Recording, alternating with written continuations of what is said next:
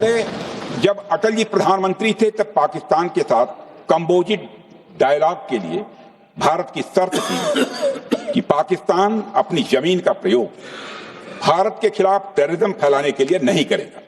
एक composite dialogue के लिए भारत की शर्त थी, जिसे पाकिस्तान ने भी मान लिया था उसमें। लेकिन दुर्भाग्य से 2009 में शर्म शेख में तत्कालीन सरकार ने एक बड़ी भूल की, जब कंपोजिट डायलॉग प्रोसेस से पाकिस्तान प्रायोजित आतंकवाद को डीलिंक कर दिया गया। यानी बातचीत जारी रखने के लिए पाकिस्तान द्वारा अपनी जमीन को आतंकवाद के लिए प्रयोग न करने की शर्त को ही डाइल्यूट कर दिया गया। मैं मानता हूं यह भारत की स्ट्रेटेजिक पोजीशनिंग को कमजोर करने वाला एक कदम था। अध्यक्ष महोदय, ऐसी ही एक और गंभीर चूक तत्कालीन सरकार ने 2006 में हवाना में भी हुई थी, जब पाकिस्तान को आतंकवाद का विक्टिम माना गया और एक ज्वाइंट एंटी टेरर मैकेनिज्म बनाने पर सहमति भी हुई थी। 2006 की बात कर रहा हूं। अध्यक्ष महोदय, यह सोचने वाली बात है कि जो देश आतंक को पैदा करता है, उसे पालता है, उस देश को ही आतंक से पीड़ित मान लेना कितना बड़ा स्ट्रेटेजिक ब्लंडर है। अध्यक्ष महोदय, आतंकवाद के खिलाफ हमारी लड़ाई अब केवल सीमा पर नहीं है, बल्कि वैचारिक मोर्चों पर भी लड़ी जा रही है। इसी उद्देश्य से प्रधानमंत्री जी कई हाई लेवल डेलीगेशंस का गठन भी उन्होंने किया था, जिसमें हमारे लगभग अधिकांश दलों के सम्मानित सदस्य उसमें शामिल थे। उसमें विभिन्न राजनीतिक दलों के रिप्रेजेंटेटिव शामिल थे और सचमुच इस समिति ने वैश्विक मंचों पर जाकर भारत की बात बहुत ही प्रभावी तरीके से रखी और आतंकवाद के विरुद्ध वैश्विक समर्थन को उन्होंने मजबूत किया है। अध्यक्ष महोदय, मैं उन सभी डेलीगेशन के सम्मानित सदस्यों के प्रति शीश झुकाकर आभार व्यक्त करना चाहता हूं, जिन्होंने भारत का आतंकवाद के खिलाफ स्टैंड तथा जीरो टॉलरेंस की पॉलिसी और ऑपरेशन सिंदूर के बारे में दुनिया के देशों को सही तरीके से अवगत कराया, प्रभावी तरीके से अवगत कराया। अध्यक्ष महोदय, ऑपरेशन सिंदूर को लेकर सर्वदलीय बैठक भी हुई।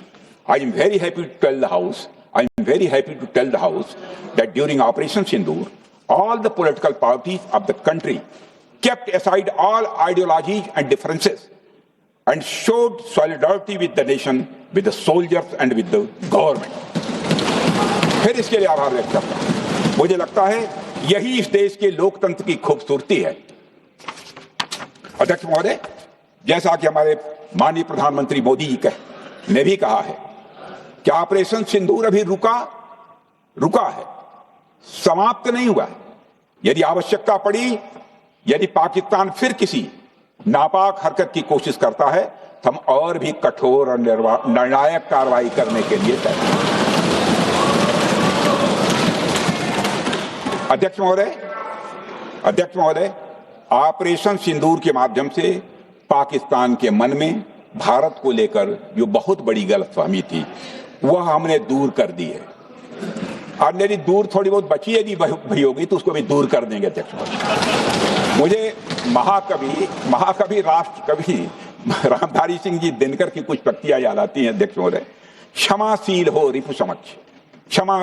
रिपु समक्ष, तुम हुए विनत जितना ही, दुष्ट कौरवों ने तुमको कायर समझा उतना ही। अध्यक्ष महोदय, भारत ने न केवल अपनी सैन्य क्षमता का प्रदर्शन किया, बल्कि अपनी राष्ट्रीय दृढ़ता, नैतिकता और राजनीतिक कुशलता का भी परिचय दिया है। भारत अब किसी भी आतंकी हमले का निर्णायक और स्पष्ट उत्तर देगा। अध्यक्ष महोदय, हमने एक नई लक्ष्मण रेखा खींच ली है।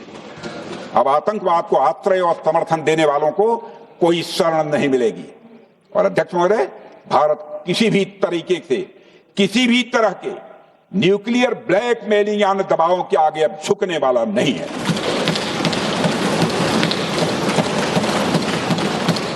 अध्यक्ष महोदय, ऑपरेशन सिंदूर के माध्यम से जो हमने किया और उससे पहले सर्जिकल स्ट्राइक और एयर स्ट्राइक के जरिए जो संदेश दिया गया, वह बहुत पहले ही हो जाना चाहिए, लेकिन जो होता है समय पर ही होता है।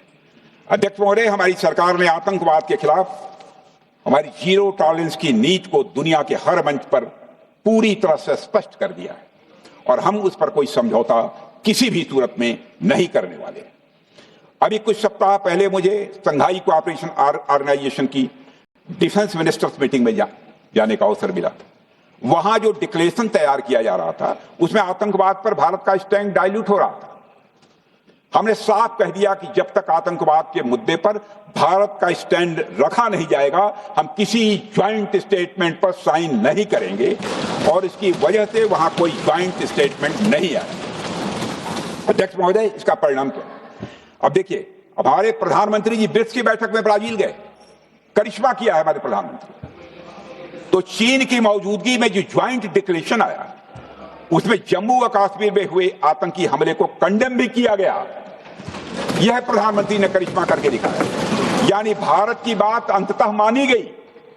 और यह ब्रिक्स सम्मेलन के इतिहास में पहली बार हुआ जब जम्मू एवं कश्मीर में हुए किसी आतंकी घटना को खुलकर कंडेम किया गया।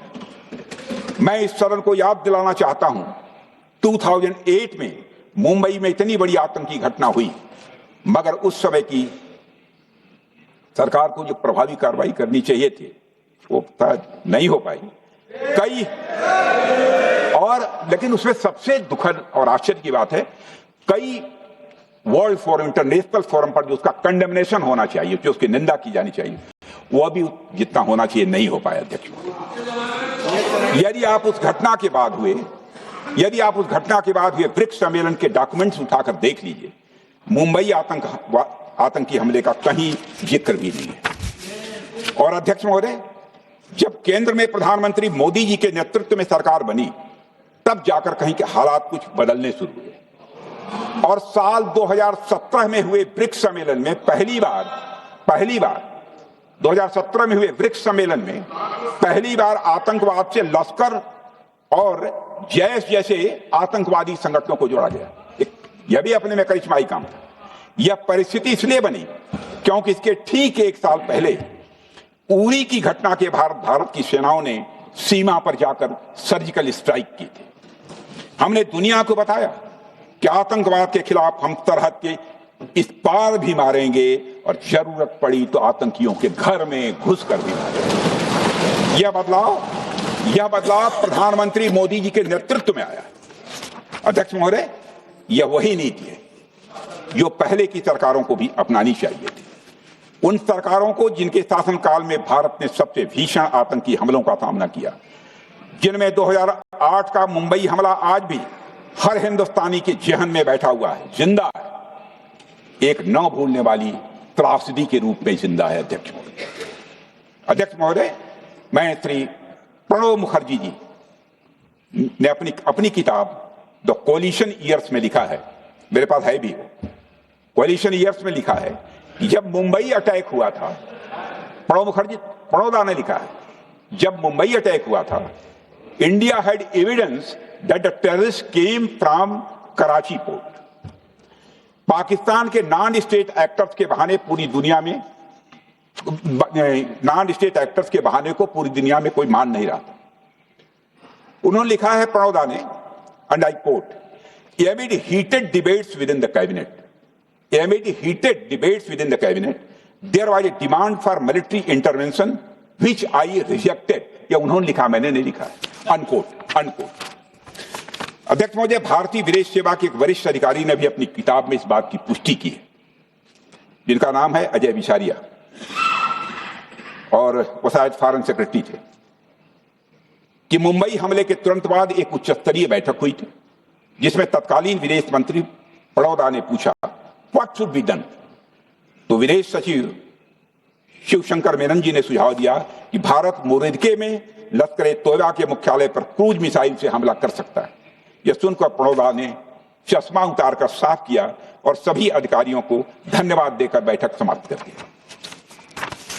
अध्यक्ष महोदय, उस समय की सरकार ने जो सही समझा वो किया, पर मैं मानता हूं कि अगर तब की सरकार ने भी 2016 सर्जिकल स्ट्राइक, 2019 एयर स्ट्राइक जैसे निर्णायक और कठोर कदम उठाए होते तो पाकिस्तान की स्ट्रेटेजिक कैलकुलस बदल सकती थी। एक पावरफुल और एक पावरफुल और डिसाइसिव एक्शन पाकिस्तान और उनकी सेना के द्वारा इस 500 टेररिस्ट ऑर्गेनाइजेशंस के लिए बड़ा डिसइंसेंटिव साबित हो सकती है। अध्यक्ष महोदय 2008 में मुंबई हमलों के बाद उस समय की सरकार ने सिर्फ बातचीत का मार्ग चुना था। मैं स्पष्ट करना चाहता हूं, यह कोई आलोचना नहीं है अध्यक्ष महोदय, न उस सरकार की, न उस समय के प्रधानमंत्री की, और न ही उन नेताओं की। उस समय की लीडरशिप को जो सही लगा उन्होंने वह निर्णय लिया। अध्यक्ष महोदय, बस मैं इतना ही कहना चाहता हूं कि आज का भारत अलग सोचता है और अलग तरीके से काम करता है। हमारा मानना है यह आपका प्रतिद्वंदी आतंक को रणनीति बना चुका हो और बातचीत की भाषा नहीं समझता हो तो standing firm and being decisive के अलावा कोई विकल्प नहीं बचता है। अध्यक्ष महोदय, आज हमारे प्रधानमंत्री मोदी जी के नेतृत्व में भारत वह देश नहीं रहा जो पहले था। Two-day doziers have been replaced by decisive action. Two-day doziers have been replaced by decisive action. आज भारत सहता नहीं है, भारत जवाब देता है। अध्यक्ष महोदय, आज भारत आतंक की जड़ तक जाता है और उसे उखाड़ फेंकने का सामर्थ्य रखता है। अध्यक्ष महोदय, मैं इस सदन को और देश की जनता को यह विश्वास दिलाना चाहता हूं कि हमारी सरकार, हमारी सेनाएं और हमारी लोकतांत्रिक संस्थाएं सब मिलकर, हम और ये सारे लोग सभी मिलकर देश की एकता, अखंडता और सुरक्षा के लिए जो भी कदम उठाना आवश्यक होगा वह कदम उठाएंगे और उसके प्रति हम पूरी तरह से कमिटेड हैं। अध्यक्ष महोदय, अंत में मैं केवल इतना ही कहना चाहता हूं, यह समय एकजुट होकर अपनी सुरक्षा, संप्रभुता और आत्मसम्मान की रक्षा के संकल्प को और अधिक मजबूत करने का है। हमें यह याद रखना होगा कि हमारी सामाजिक और राजनीतिक एकता ही यह हमारी सबसे बड़ी ताकत है। अध्यक्ष महोदय, आतंकवाद को समर्थन देने वालों को यह स्पष्ट संदेश चला गया है कि भारत अपनी मातृभूमि की रक्षा के लिए पूरी तरह से संकल्पबद्ध है। आइए हम सभी दलगत भाव से ऊपर उठकर संघवरध्वम के मंत्र से प्रेरणा लेकर एक साथ खड़े हो जाएं और हम इस राष्ट्रीय संकल्प को मजबूत करें। यही हम सबका राष्ट्रीय दायित्व है। और इन्हीं शब्दों के साथ अध्यक्ष महोदय, आपने मुझे विचार रखने का अवसर दिया। आपके प्रति आभार व्यक्त करते हुए और अपने सभी सम्मानित सदस्यों के प्रति धन्यवाद व्यक्त करते हुए अपना निवेदन समाप्त करता हूं। सबने शांतिपूर्वक श्री गौरव गोगोई।